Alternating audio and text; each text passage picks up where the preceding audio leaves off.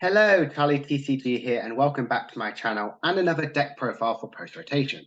Today, let's look at Lugia Single Strike, arguably the best way to play Lugia in post-rotation right now. Now, in the City Leagues, you can see by the results, it's doing incredibly well. Nearly 10% of the entire top 8 of these results have been Lugia, and winning 18 of them is a very impressive number. Now, it does lose a lot of the cool special energies that we currently have, like Aurora and Powerful, but it kind of becomes more like focusing on his weakness, Tyranitar and Stonejourner. It's just as powerful, and really honing on and getting those good matchups against Mew and Miraidon is a perfect stance for Lugia. So let's look at the list. So as you can see, it's a very straightforward standard list. 4-4 line of Lugia, as we don't run energy evolution instance, we want to have the best option to draw into Lugia Vstar as much as possible. And having the high amount of cards is really good. Having the 4 of Archeops, I feel like any lower than 4, potentially even 3, is really risky. You want to have the highest outs as possible, because if you play 3 and you prize 2, you only have access to 1 Archeops, is really detrimental to your plan. So your attackers are 2 Tyranitars, and Tyranitar I think is really good. It does 6 for 3 energy, 60 damage, and then 4 energies, 240. Now, why is this good? Well, single strike energy, and this is why this deck is amazing. Single strike is basically the powerful energy which Lugia was missing. Basically, anything attached to your single strike Pokemon do 20 more damage. Chuck 4 of these single strike energies to Tyranitar. Well, you're doing additional 80 damage. That's the 320 damage, which is an insane number to do. You do discard the top 4 cards of your deck, but you're not really caring about that if you're hitting really hard and knocking out pretty much everything in the format. And Stonejourner is a good single price attacker, but why is it really good? Well, it has a fighting type coverage, so it's going to hit weakness on Miraidon, Regieleki, as well as also Archeops. No, sorry, Arceus. This is still really shit. Hello, Charlie TCG here, and welcome back to my channel and another post-rotation deck profile. Today, let's look at Lugia Single Strike, an incredibly powerful archetype which is really rising up in popularity. Well, why is it? Because it's Lugia. As you can see, in the total top 8 percentage in the City Leagues, it's nearly 10%, and winning nearly 20 of them is an incredible achievement. Doing really well and definitely getting some seconds, top 4s, and top 8s, but it is not as powerful as it is currently what we have in our format.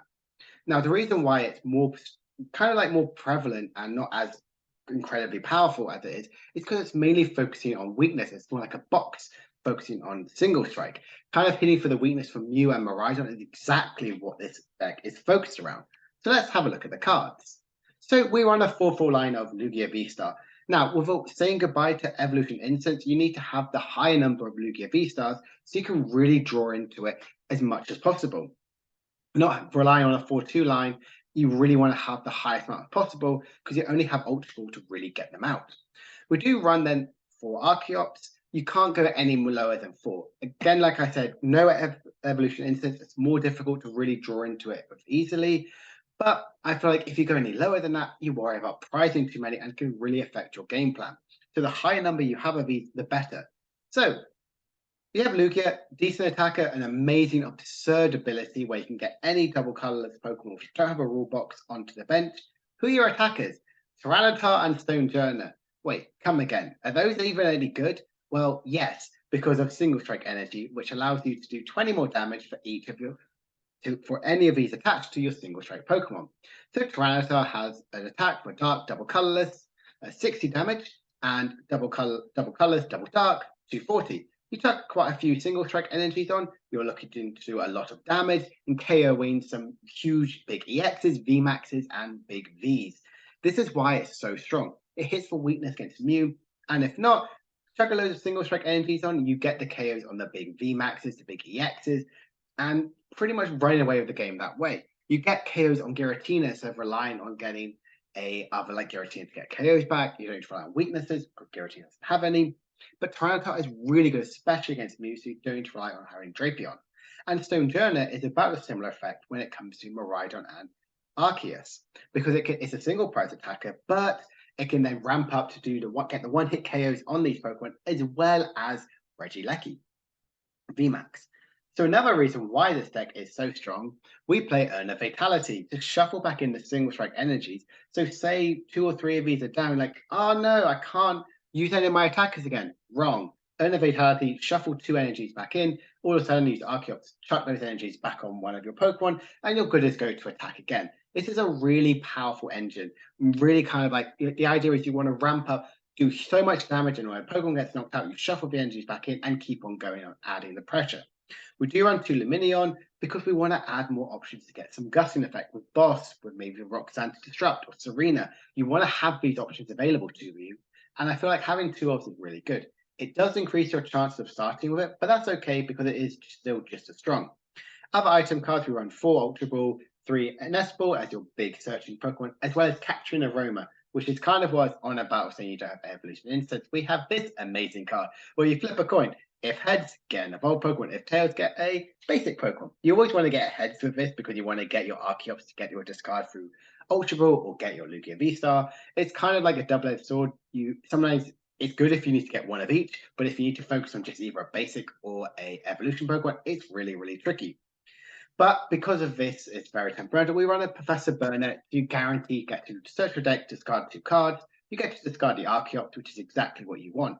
Like I said again with the supporters, you want to have high gusting effect because this is why this deck is so strong. You want to target down the Regielekis on the bench or the Mew VMAXs or any other liabilities your opponent may have and really utilizing it with the Stone Donor and Tyranitar.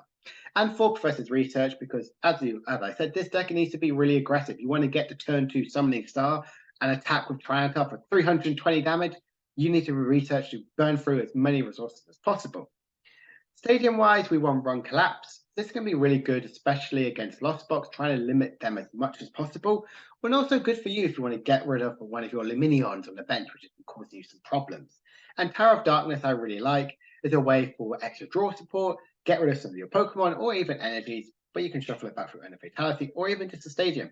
You always want to have as much draw in this deck as possible, and that's why I really like Tower of Darkness, a guarantee discard 1 card, draw 2. Energies, for single strike, as I just said, it's basically plus 20 for your single strike, and that's exactly what you need. For V-Guard, this is when we really realize how limited and how good our special energies are. And V-Guard is still good.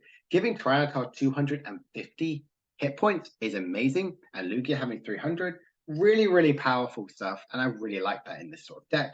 You want to try and limit the opponent's Vs, getting those big KOs, especially if Giratina, not getting them to having to have either say by sprinkle damage or another way, even if a choice if they play it to get the KO with Lost Impact. Yeah, Lost Impact. You want to really limit your opponents to get all burn as much resource as possible, and V-Card is really good.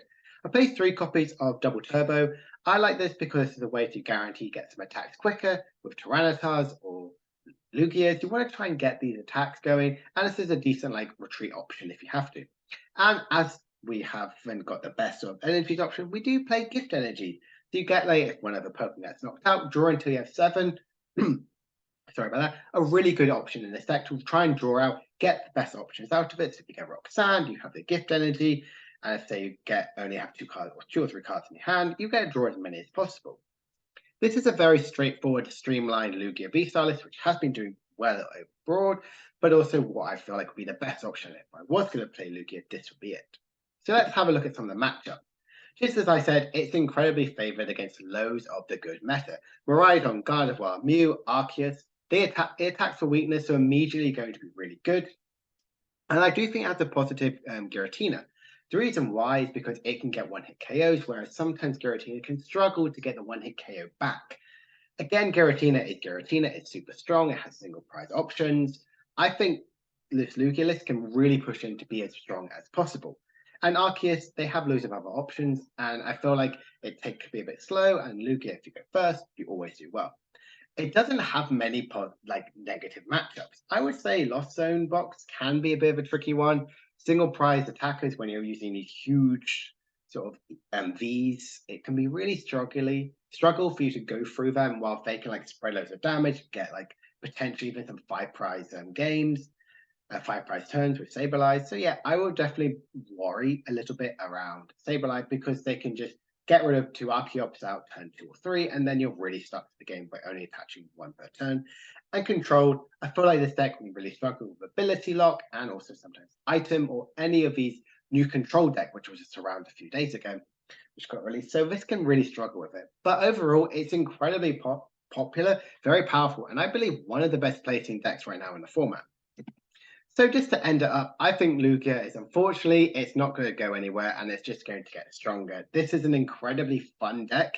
I feel like it's a more enjoyable Lugia than the other one, where the other one is literally like, right, I get the KO right now, and it becomes a lot more toxic. Whereas this one, I do feel like it's more simple to play, and I feel like it's more enjoyable. Like you have Tyranitar to enjoy as attackers, which I really love, and definitely bringing back single strike is something I'm a big fan of. So if you've enjoyed this video, please leave a like and consider subscribing if you're new. You can always change your mind down the line. My name is Charlie, and I will see you guys later. Bye-bye.